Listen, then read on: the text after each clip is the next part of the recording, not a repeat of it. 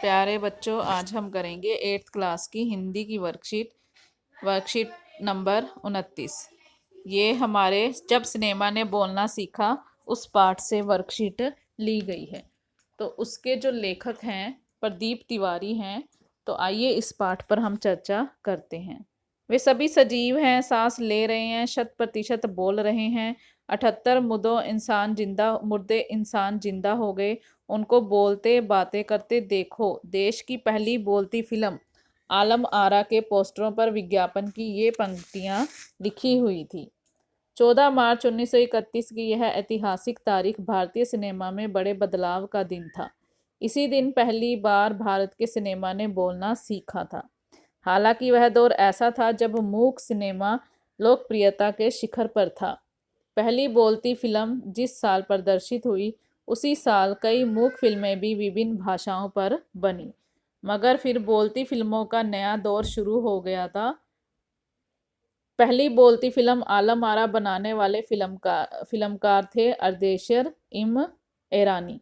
अर्देशर ने 1929 में हॉलीवुड की एक बोलती फिल्म शो बोर्ड देखी और उनके मन में बोलती फिल्म बनाने की इच्छा जगी।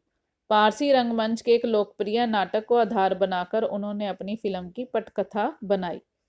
इस नाटक के कई गाने ज्यों के त्यों फिल्म में ले लिए गए।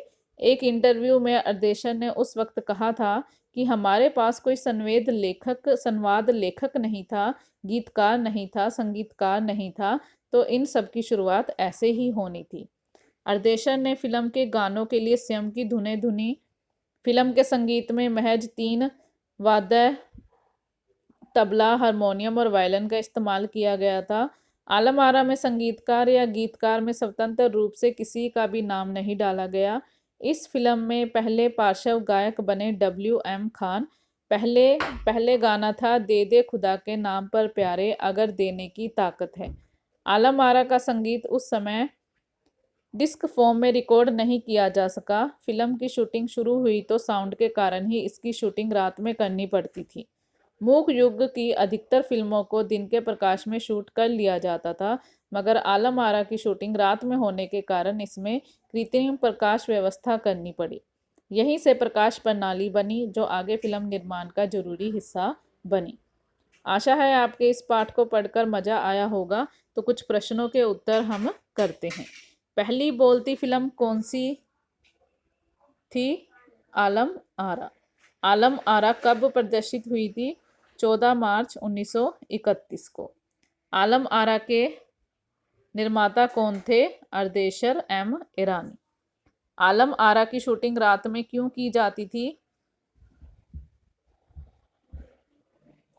क्योंकि इसका कोई भी डिस्क फॉर्म में रिकॉर्ड नहीं किया जा सकता था, तो साउंड के कारण ही शूटिंग रात में करनी पड़ती थी।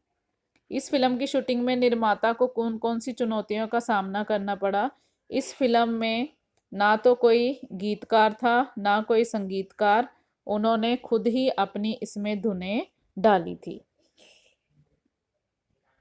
और आलम आरा की शूटिंग रात में होने के कारण कृत्रिम प्रकाश व्यवस्था भी करनी पड़ी।